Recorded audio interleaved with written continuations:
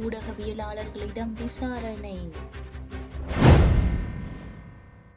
இந்தியாவிலிருந்து நாடு கடத்தப்பட்ட 2 சந்தேக நபர்களும் விமான நிலையத்தில் கைது.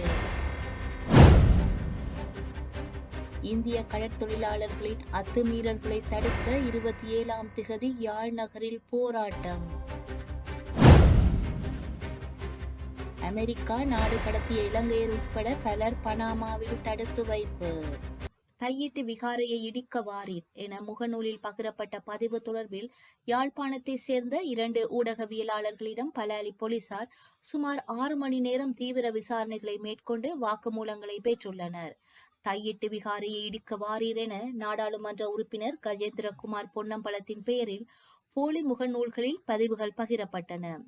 குறித்த பதிவுகள் பகிரப்பட்டு சில மணி நேரங்களில் நாடாளுமன்ற உறுப்பினர் கஜேந்திரகுமார் பொன்னம்பலம் குறித்த பதிவு போலியானது என தனது சமூக ஊடகங்களில் பதிவிட்டதுடன் ஊடக சந்திப்பொன்றையும் நடாத்தி அது போலியான விளம்பரங்கள் என அறிவித்திருந்தார். அந்நிலையில் கடந்த வாரம் விகாரையை இடிக்க வாரீர் என போலி முகநூல்களில் விளம்பரப்படுத்தப்பட்ட விடயம் தொடர்பில் கஜேந்திரகுமார் பொன்னம்பலத்திற்கு எதிராக மல்லாகம் நீதவான் நீதிமன்றில் பலாலி போலீசார் வழக்கு தாக்கல் செய்துள்ளனர். இந்நிலையில் அச்சுவேலி பகுதியைச் சேர்ந்த 2 ஊடகவியலாளர்களிடம் வாக்குமூலம் பெறுவதற்காக பலாலி போலீஸ் நிலையத்தின் உப போலீஸ் பிரிவுக்கு அழைத்த போலீசார் ஊடகவியலாளர்களை அங்கிருந்து உயர் பாதுகாப்பு வலயத்தினுள் உள்ள பலாலி போலீஸ் நிலையத்திற்கு அழைத்துச் சென்று விசாரணைகளை முன்னெடுத்துள்ளனர்.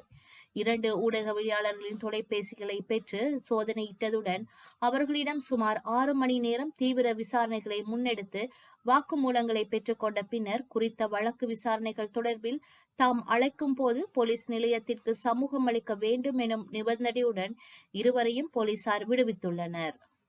இந்த நாட்டில் பல கடுமையான குற்றங்களுக்காக தேடப்பட்டு இன்டர்போலால் பட்டியலிடப்பட்ட 2 குற்றவாளிகள் இந்தியாவிலிருந்து நாடு கடத்தப்பட்டு நாட்டிற்குள் அனுப்பப்பட்டனர். இந்தியாவிலிருந்து நாடு கடத்தப்பட்ட 2 சந்தேக நபர்களும் கட்டுநாயக்க விமான நிலையத்தில் வந்திறங்கியதுடன் கைது செய்யப்பட்டனர். கைது செய்யப்பட்டவர்கள் அம்பாந்தோட்டையை சேர்ந்த 38 வயதான ரத்நாயக்க வீரகோன், அரோஷன் மதுசங்க மற்றும் மொரட்டுவையை சேர்ந்த 37 வயதான எரங்க புஷ்பகுமார எட்டியாராச்சி ஆவார்.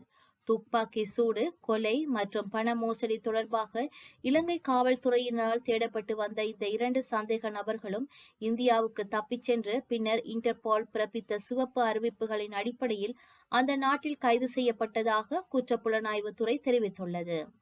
கட்டுநாயக்க விமான நிலையத்தில் குற்றப்புலனாய்வுத்துறை அதிகாரிகளினால் அவரை கைது செய்து மேலதிக விசாரணைக்காக மாத்தறை பிரிவு குற்றப்புலனாய்வு பிரிவு அதிகாரிகளிடம் ஒப்படைக்க நடவடிக்கை எடுக்கப்பட்டுள்ளது.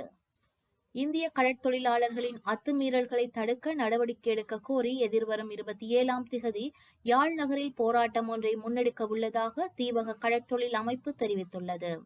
யாழ் ஊடக அமையத்தில் வெள்ளிக்கிழமை நடைபெற்ற ஊடக சந்திப்பின் போதே அவ்வாறு தெரிவித்தார். மேலும் தெரிவிக்கையில், இந்திய கடற்தொழிலாளர்களின் அத்துமீறல்களால் வடக்கில் குறிப்பாக எமது தீவக பிரதேச கடற்தொழிலாளர்கள் மிக மோசமாக பாதிப்படைந்து வருகின்றனர். இதை தடுத்து நிறுத்துமாறும் நாம் பல போராட்டங்கள் கோரிக்கைகளை முன்வைத்தாலும் அதற்கான தீர்வு இன்னும் கிட்டவில்லை. இந்நிலையில் எமது வாழ்வுரிமைக்கான பொருளாதார ஈட்டலை உறுதி செய்ய நாம் வீதியில் இறங்கி போராட தீர்மானித்துள்ளோம். அதன் அடிப்படையில் தீவக கடற்தொழில் அமைப்புகளான மண்டைத்தீவு, நெடுந்தீவு, நைனாதீவு, எழுவைத்தீவு, வேலனை, புங்குடுதீவு உள்ளிட்ட கடற்தொழில் அமைப்புகள் ஒன்றிணைந்து போராட்டத்தை முன்னெடுக்க உள்ளோம். எதிர்வரும் 27ஆம் திகதி யாழ் பண்ணையில் உள்ள கடல்வள நீரியல் திணைக்களம் முன்பாக போராட்டத்தினை ஆரம்பித்து வடமாகாண ஆளுநர் அலுவலகம் வரை ஊர்வலமாக சென்று ஆளுநர் ஊடாக ஜனாதிபதிக்கு மகஜர் ஒன்றும் வழங்க உள்ளோம். எமது இந்த போராட்டத்திற்கு யாழ் மாவட்ட கடற்தொழில் அமைப்புகள் தமது முழுமையான ஒத்துழைப்பு வழங்கி போராட்டத்தை வலுவூட்டுமாறு அழைப்பு விடுக்கின்றோம் என தெரிவித்துள்ளனர். அமெரிக்காவினால் பனாமாவிற்கு நாடு கடத்தப்பட்ட இலங்கையர்கள் உட்பட 100க்கும் மேற்பட்ட குடியேற்றவாசிகள் பனாமாவின் டாரியன் காட்டுப்பகுதியில் தடுத்து வைக்கப்பட்டுள்ளனர். அவர்கள் வேறு நாட்டிற்கு நாடு கடத்தப்படலாம் என தகவல்கள் தெரிவிக்கின்றன. பனாமா, கோஸ்டரிகா, குவாத்தமாலா ஆகிய நாடுகள் அமெரிக்கா நாடு கடத்தும் ஏனைய நாட்டவர்களை ஏற்பதற்கும் அவர்கள் நாடு கடத்தப்படும் வரை தங்கள் நாட்டில் வைத்திருப்பதற்கும் இணங்கியுள்ளன. அமெரிக்க ஜனாதிபதி டொனால்ட் ட்ரம்ப் பனாமா கால்வாயை கைப்பற்றப் போவதாக எச்சரித்த சூழ்நிலையில் சமீபத்தில் அமெரிக்க வெளிவிவகார அமைச்சர் இந்த நாடுகளிற்கு விஜயம் மேற்கொண்ட நிலையில் அமெரிக்க நாடுகள் இதற்கு இணங்கியுள்ளன. கடந்த பல நாட்களாக 300 குடியேற்றவாசிகள், அநேகமாக ஆசியாவை சேர்ந்தவர்கள், பனாமாவின் தலைநகரில் உள்ள ஹோட்டல் ஒன்றில் தடுத்து வைக்கப்பட்டிருந்தனர். இதுவரை 97 பேரை டாரியன் மாகாணத்தில் உள்ள சான் வின்சென்ட் நிலையத்தில் மாற்றியுள்ளோம் என பனாமாவின் பாதுகாப்பு அமைச்சு தெரிவித்துள்ளது. இந்த பகுதி கொலம்பியா எல்லையில் உள்ளது. தலைநகரிலிருந்து கிழக்காக உள்ள மெட்டை பகுதியில் உள்ள இந்த நிலையத்தை அமெரிக்க எல்லைக்குள் செல்வதற்கான ஆபத்தான காட்டுப்பாதையை கடந்து கொலம்பியா ஊடாக மெக்சிகோவிற்கு நுழைபவர்கள் இதை பயன்படுத்தி வந்தனர். அமெரிக்கா இதுவரை நாடு கடத்தியுள்ள 199 குடியேற்றவாசிகளில் 175 பேர் சுயவிருப்புடன் தங்கள் நாடுகளுக்கு திரும்புவதற்கு இணங்கியுள்ளனர். இவர்கள் இன்னமும் பனாமாவின் தலைநகரில் உள்ள ஓட்டல் ஒன்றில் தங்கியுள்ளனர். இதுவரை 41 பேர் விமானச் சீட்டுகளையும் வாங்கியுள்ளனர். இவர்களில் 17 பேர் இந்தியர்கள் என பனாமாவின் பாதுகாப்பு அமைச்சு தெரிவித்துள்ளது. குடியேற்றவாசிகளை அவர்களின் விருப்பத்திற்கு மாறாக தடுத்து வைத்திருக்கவில்லை என பனாமா அரசாங்கம் தெரிவித்துள்ளது. இதேவேளை நாங்கள் இந்த நாட்டில் பாதுகாப்பாக இல்லை என கையால் எழுதப்பட்ட அட்டையை தாங்கியவாறு சிலர் ஜன்னல்களில் காணப்படும் படங்கள் வெளியாகியுள்ளனர்.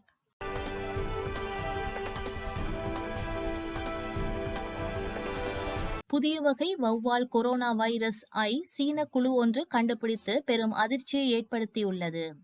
கோவிட்-19 போன்ற இந்த புதிய வைரசும் விலங்குகளிடமிருந்து மனிதர்களுக்கு பரவும் அபாயம் கொண்டுள்ளது.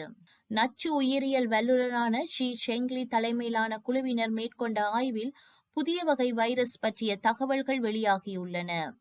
வௌவால் கொரோனா வைரஸ்கள் குறித்து ஷி ஷெங்லி மேற்கொண்ட ஆய்வுகளில் ஹுவான் பல்கலைக்கழகம் மற்றும் ஹுவான் நச்சுயிரியல் மையத்தின் கீழியங்கும் ஆங்ஷு ஆய்வகம் மற்றும் ஆங்ஷு அறிவியல் மைய ஆராய்ச்சியாளர்கள் பணியாற்றியுள்ளனர். புதிய வகை கொரோனா வைரஸ் HKU-5 என அழைக்கப்படுகின்றது. இந்த வைரஸ் ஜப்பானை சேர்ந்த பிபிஸ்ட்ரெல் வகை வௌவால்களில் காணப்பட்டுள்ளது. இந்த வைரசும் மனிதர்களின் சுவாச மண்டலத்தை பாதிக்கும் தன்மை கொண்டுள்ளது. இதுவும் இரத்த அழுத்தத்தை ஏற்படுத்தும். ACE2 அதாவது முன்னைய SARS-CoV-2 வைரஸ் போன்ற பாதிப்பை ஏற்படுத்துகின்றது. வௌவால் ACE2 மட்டுமன்றி மனித ACE2 மற்றும் வெவ்வேறு இனங்களின் மரபணுக்களை பாதிக்கும் ACE2 வகையை சேர்ந்த HKU-5 கோவிடை கண்டுபிடித்திருப்பதை அறிவிக்கின்றோம் என சீன குழு இதழ் ஒன்றில் தெரிவித்துள்ளது. இந்த வைரஸை வௌவால்களிலிருந்து தனிமைப்படுத்தினால் அவை மனிதர்களிடத்திலும் பாதிப்பை ஏற்படுத்தும் என்பதை ஆய்வாளர்கள் கண்டுபிடித்துள்ளனர். இந்த வைரஸ் மனிதர்களுக்கு சுவாசம் மற்றும் குடல் உறுப்புகளில் பிரச்சனைகளை ஏற்படுத்தும் தன்மை கொண்டுள்ளது. கொரோனா வைரஸ் தொற்று உருவானது எப்படி என்பது தொடர்பான உறுதியான தகவல்கள் எதுவும் இதுவரை வெளியாகவில்லை. எனினும் சீன ஆய்வகத்திலிருந்து தான் இந்த வைரஸ் பரவியதாக உலகளவில் நம்பப்படுகின்றது. இது தவிர கொரோனா வைரஸ் வௌவால்களில் இருந்து தான் மனிதர்களுக்கு பரவியதாகவும் கூறப்படுகின்றது. ஆய்வகத்திலிருந்து வைரஸ் பரவியதாக வெளியான தகவல்களை ஷூ திட்டவட்டமாக மறுத்துள்ளார். டெல்லி முதலமைச்சர் ரேகா குப்தா குடியரசுத் தலைவர் திரௌபதி முர்முவை நேரில் சந்தித்துள்ளார். வியாழக்கிழமை டெல்லி முதலமைச்சராக பதவியேற்ற நிலையில் நேற்று குடியரசுத் தலைவர் மாளிகையில் வைத்து இந்த சந்திப்பு நடைபெற்றுள்ளது. இருவரின் சந்திப்பு குறித்து குடியரசுத் தலைவர் அலுவலகம் எக்ஸ் தளத்தில் பதிவிட்டுள்ளது. அந்த பதிவில் டெல்லி முதலமைச்சர் ரேகா குப்தா குடியரசுத் தலைவர் திரௌபதி முர்முவை குடியரசுத் தலைவர் மாளிகையில் வைத்து சந்தித்துள்ளார் என குறிப்பிடப்பட்டுள்ளது. குடியரசுத் தலைவரை தொடர்ந்து குடியரசு துணைத் தலைவர் ஜக்தீப் தன்காரையும் டெல்லி முதலமைச்சர் ரேகா குப்தா சந்தித்துள்ளமை குறிப்பிடத்தக்கது. வரலாற்றில் இன்று